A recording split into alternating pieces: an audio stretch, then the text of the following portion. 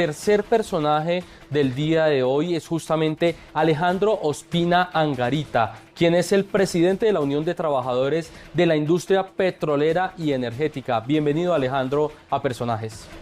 Muchísimas gracias, Steve. Un saludo cordial a ti y a toda la teleaudiencia de Noticentro. Siempre es un placer estar con ustedes. Gracias, Alejandro. Usted dice no estar de acuerdo con el paro convocado por la Central Unitaria de Trabajadores. Desde las anteriores entrevistas, pues hay varios argumentos que usted ha dado en otras ocasiones del no estar de acuerdo con algunas reformas presentadas por el gobierno. ¿Por qué? De ninguna manera estamos de acuerdo porque nosotros, lejos de ver en esta una convocatoria legítima en favor de los intereses de los trabajadores, lo que vemos es una maniobra politiquera que este gobierno es el que está gestando y que por supuesto organizaciones o más bien líderes como los que hoy encabezan la CUT, que claramente fueron financiadores, hoy son partes de la burocracia estatal, pues tienen unos intereses legítimos en perpetuar a este modelo de gobierno en el poder y pues están tratando de repetirnos lo que sucedió hace exactamente 3 años en el 2021, que lo probaron y les funcionó. Alejandro, decía Fabio Arias, presidente de la CUT, que saldrían a las calles en los 2 días hasta 4 millones de personas. ¿Usted cree que sí sea esa cifra la que está diciendo el presidente de la CUT? Claramente eso no es verdad. Miren, los datos no pelean con nadie y superan cualquier relato. El Observatorio Laboral de la Universidad Javeriana ha dicho que el dato más reciente es que en Colombia solo el 4% de los trabajadores están afiliados a las organizaciones sindicales. Eso ya nos da cuenta de que si tenemos un mercado laboral de 25 millones, pues uno diría que no están ahí representados. Pero más aún, ni siquiera ese 4% sindicalizado estamos de acuerdo. Nosotros somos un conjunto de organizaciones, como lo decía desde la FETRAPEN, pero además estamos aliados en una coordinadora de organizaciones que se llama UNIRSE, una Unión Nacional Independiente de Renovación Sindical, que precisamente hemos defendido la independencia, la democracia y el pluralismo en el movimiento sindical, y por supuesto que no vamos a estar allí. Entonces no.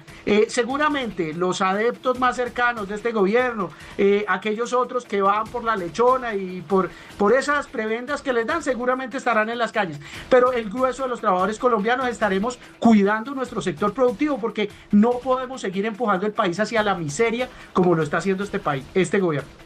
Usted representa a 3 gremios, el petrolero, el energético, pero además el minero. ¿Qué decir de estos 3 sectores? Bueno, miren, estos sectores son supremamente importantes para el país y recordemos que este gobierno se ha abanderado de destruirlos. Hoy tenemos una crisis por cuenta de la importación del gas natural, de la caída progresiva de las reservas de petróleo en el país, lo que compromete la soberanía energética por una decisión de este gobierno de no firmar nuevos contratos de exploración y de tratar de vender una narrativa que le decía al país que era que en el 2030 ya el mundo no iba a consumir más petróleo. Pues es una gran mentira. El mundo seguirá demandando petróleo, gas y carbón también por varias décadas, porque estos energéticos no pueden ser suplidos, reemplazados fácilmente por las nuevas tecnologías que se están desarrollando y va a requerir mucho tiempo. En el sector energético tenemos una crisis, cada vez es más inminente la ocurrencia de un apagón en el país, tenemos las empresas haciendo agua por causa de la retención, del giro de los subsidios que el gobierno tiene que girar para sostener el suministro del servicio, y por supuesto en el sector minero ya sabemos que el carbón ha sido fuertemente golpeado por esa posición ambientalera, porque no es ambientalista responsable la que ha manifestado ese gobierno. Por esta razón, los trabajadores que somos conscientes que tenemos que defender al país, al defender nuestra industria, nuestra fuente de empleo, por supuesto que no vamos a salir mañana. Hoy se presentaba y se aprobaba, ayer se presentó la ponencia mayoritaria y hoy fue aprobada. ¿Qué decir sobre esto? Decía Fabio Arias que esto era una derrota para el pueblo colombiano lo que había sucedido, teniendo en cuenta que se hundió la de Aída Abella.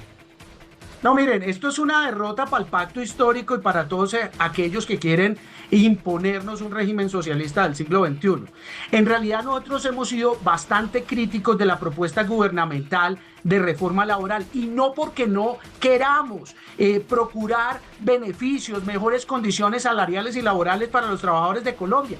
Es que esa reforma que nos traían no generaba empleo, por lo menos esta, y hay que decirlo porque hay que reconocer el trabajo que hizo la Comisión Cuarta, introdujo varios artículos que dan incentivos a la generación de empleo, que recordemos es uno de los graves problemas. El uno es la informalidad, que ronda el 57% de la fuerza laboral en Colombia, y haciendo más caro y más complejo el empleo, subiendo los costos, pues no se va a formalizar el empleo, sino que se va a generar que empleo formal se vaya a la informalidad. Y por el otro lado, el tema del desempleo, que no atendía la propuesta del gobierno. Nosotros vemos con buenos ojos que se haya avanzado.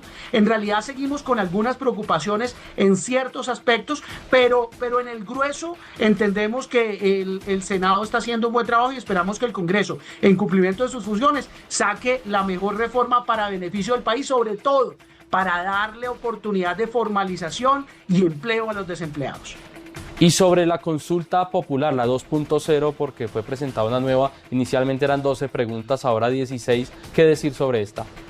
Bueno, miren, la consulta popular como concepto constitucional es totalmente válida. Lo que pasa es que aquí no se configuran los elementos que se requieren para convocarla. Aquí, otra vez decimos, lo que hay es una maniobra, por no decir una manipulación del gobierno, para tratar de recurrir a 800.000 millones de pesos que costaría esta reforma y usarlos en su campaña de reelección y de perpetuación en el poder. Nosotros lo que decimos es, tenemos que respetar por un lado la institucionalidad. Aquí se han dado unos debates serios y contundentes. Aquí ha estado representado el país, porque es que los países no son solamente los comunistas que quieren imponer su régimen. El país somos todos, y todos tenemos oportunidad de intervenir. Hemos estado en las audiencias públicas, en los debates, allí hemos expuesto nuestros argumentos. No nos pueden dar gusto al 100% a todos, por supuesto, pero tenemos que aceptar que hay unas instituciones. Pero sobre todo, yo sí llamo la atención en que los colombianos debemos darnos cuenta, es que el interés de este gobierno no es la mejora de las condiciones de los trabajadores con una reforma laboral. En realidad es destruir el sistema productivo del país para hacernos dependientes de subsidios y empleo público. Eso es lo que están haciendo. Es que el interés no es la mejora de la salud de los colombianos, de que los enfermos reciban sus medicamentos. Ya vimos el FOMAC, que nos prometieron que iba a ser el modelo para que Colombia entendiera cuál era el sistema de salud que ellos querían ponernos, y ahí están los maestros sufriendo las consecuencias de una perversa gestión, de una corrupción, de un sistema que no funciona, porque el propósito de ellos es capturar el dinero de la salud, porque capturando el dinero de los grandes sectores del país se adueñan del país, y de ahí no lo saca nadie. Así lo hicieron en Venezuela, así lo hicieron en Nicaragua, así lo hicieron en Cuba, y eso es lo que nos quieren hacer en Colombia. Bueno, muchas gracias por su posición aquí expresada en personajes. Alejandro Ospina, quien es el presidente de la Unión de Trabajadores del Sector Petrolero y Energético. Muchas gracias. A ustedes muchas gracias. Y la pregunta para